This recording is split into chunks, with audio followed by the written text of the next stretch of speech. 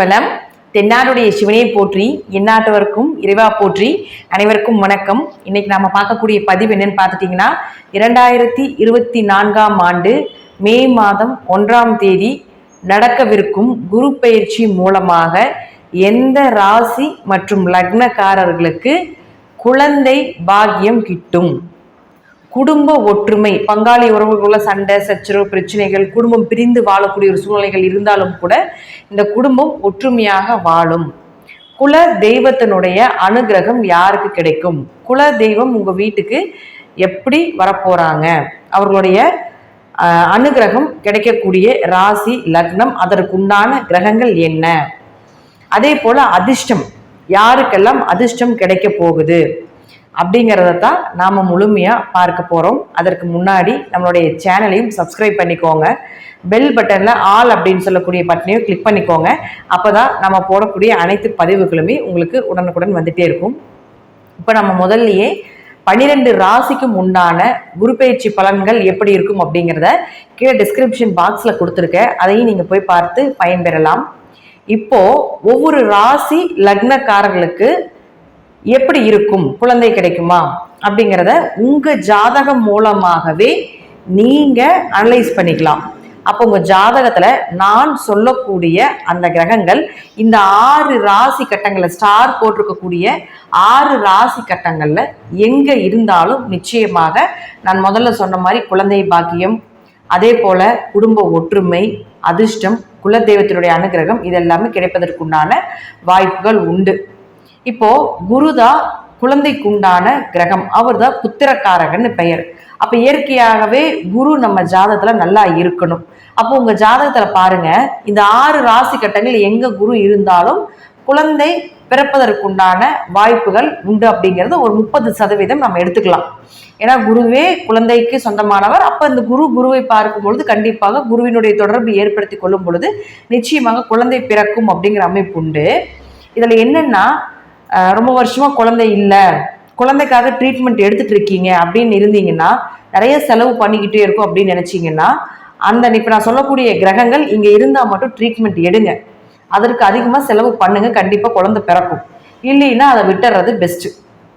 அதே போல உங்க ஜாதகத்துல 1, 5, 9 அப்படின்னு சொல்லக்கூடிய மகாலட்சுமி ஸ்தானம், அதே போல 1, 4, 7, 10 அப்படின்னு சொல்லக்கூடிய பெருமாள் ஸ்தானம்னு சொல்லக்கூடிய கிரக அதிபதிகள் திசை நடத்தினால் நிச்சயமாக கூட இந்த கிரகங்களும் உங்களுக்கு குருவினோட சப்போர்ட் பண்ணும் பொழுது இந்த பலன்கள் எல்லாமே உங்களுக்கு பலிதமாகும். இந்த வீடியோவை ஒரு முறைக்கு 2 முறை போட்டு பாருங்க, கண்டிப்பா நான் சொல்றது நிச்சயமா உங்களுக்கே புரியும்.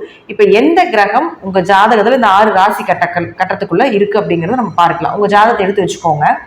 இப்ப மேஷ ராசி மற்றும் மேஷ லக்னக்காரர்களுக்கு இந்த பலன், இந்த யோகங்கள் எல்லாம் கிடைக்கணும் அப்படின்னு நீங்க நினைச்சீங்கன்னா, சூரியன் இந்த 6 ராசி கட்டத்துக்குள்ள எங்க இருந்தாலும் இந்த யோகம் உண்டு.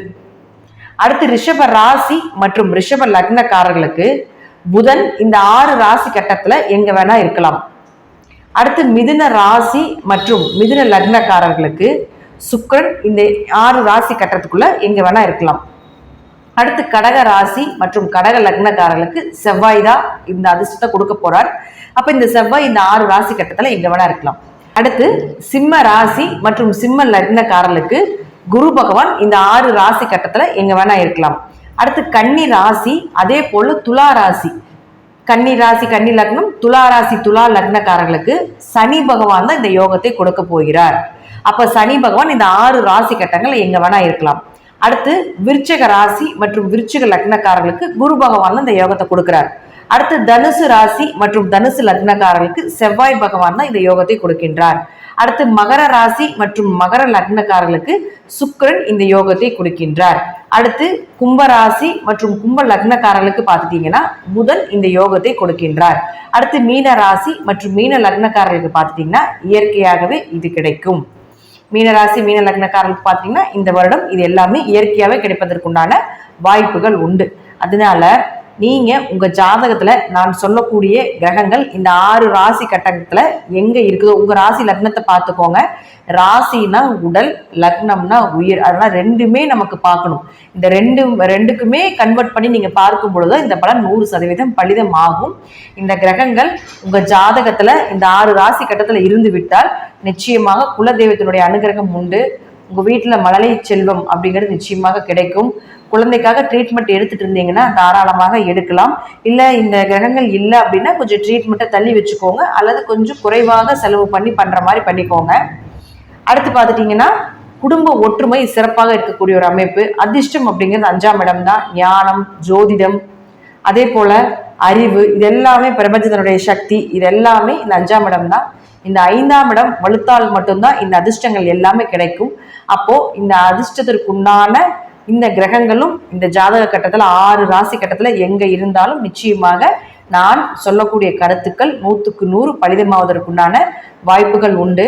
இப்போ நம்ம பெருமாள் ஸ்தானம், மகாலட்சுமி ஸ்தானம் சொல்லிட்டோம். ஒருவேளை உங்கள் ஜாதகத்தில் பாதகாதிபதியோ அல்லது 3, 6, 8, 12ஆம் அதிபதி திசைகள் நடத்தினால், மறைந்து திசை நடத்தினால் யோகம். அதை நல்லா தெரிஞ்சுக்கோங்க. இந்த பாதகாதிபதி மற்றும் மறைவு ஸ்தானாதிபதிகள் மறைந்து திசை நடத்தி இந்த கிரகங்கள், நான் சொல்லக்கூடிய கிரகங்கள் இந்த இடத்தில் இருந்தாலும் உங்களுக்கு ஓரளவுக்கு யோகத்தை கொடுப்பதற்குண்டான வாய்ப்புகளும் உண்டு. நன்றி. மீண்டும் ஒரு நல்ல பதிவில் சந்திக்கலாம். திருச்சிற்றம்பலம், தில்லையம்பலம், ஸ்ரீ நரசிம்மர் திருவடிகளே சரணம். கடவுள் அருள் டிவியை பார்த்தமைக்க நன்றிகள். மேலும் இது போன்ற தகவல்களை தெரிந்து கொள்ள கடவுள் அருள் டிவியை சப்ஸ்கிரைப் செய்யுங்கள். மறக்காமல் பெல் ஐக்கானை கிளிக் செய்யுங்கள்.